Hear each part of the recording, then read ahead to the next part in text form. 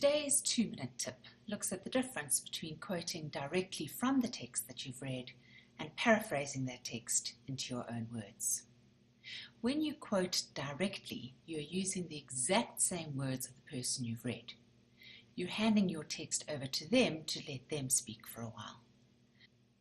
When you paraphrase, you're still telling the reader where the idea came from, what some other guy said, but you're doing it in your own words. You might remember from school that this is known as an indirect quote.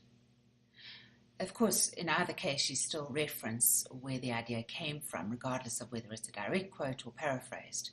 And this is really important because we reference in academic writing to show that our work and our ideas is building on the work and ideas of other people that have come before us.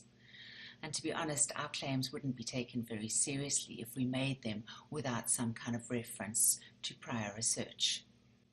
So you're going to want to show where those ideas have come from, and you're going to want to show how your study is joining a conversation that's already happening in the text. And you do that by referencing. Now let's take a look at this example of a text. There's quite a few direct quotes here. You can see that the author has used what's known as an ellipsis, which is a standard format of 3 dots to show that the author's cut out some part within the quote to make it a bit shorter. And then over here you can see that the author has used the square brackets to show that they have made some small amendment in the direct quote to make it flow better. So this example has followed all the referencing rules of proper direct quotation exactly. But to be honest, it's not a great piece of academic writing. It's just a patchwork of a whole bunch of other people's texts. I don't get a sense of what the author of this article thinks. I don't get a sense of how these other people's work adds to what it is that she's trying to do in her own work. Kind of ends up being just a puppet show, where the author of this piece is saying very little at all. She's handing over to other authors all the time and allowing them to do the talking for her. To be honest though, I can go and read those authors in the original for myself, thank you very much.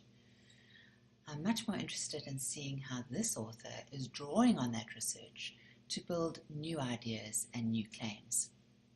Here the author has used the same texts as before, but she's owning these texts a bit more by paraphrasing them and putting them in her own words. She's putting these texts to work for her study.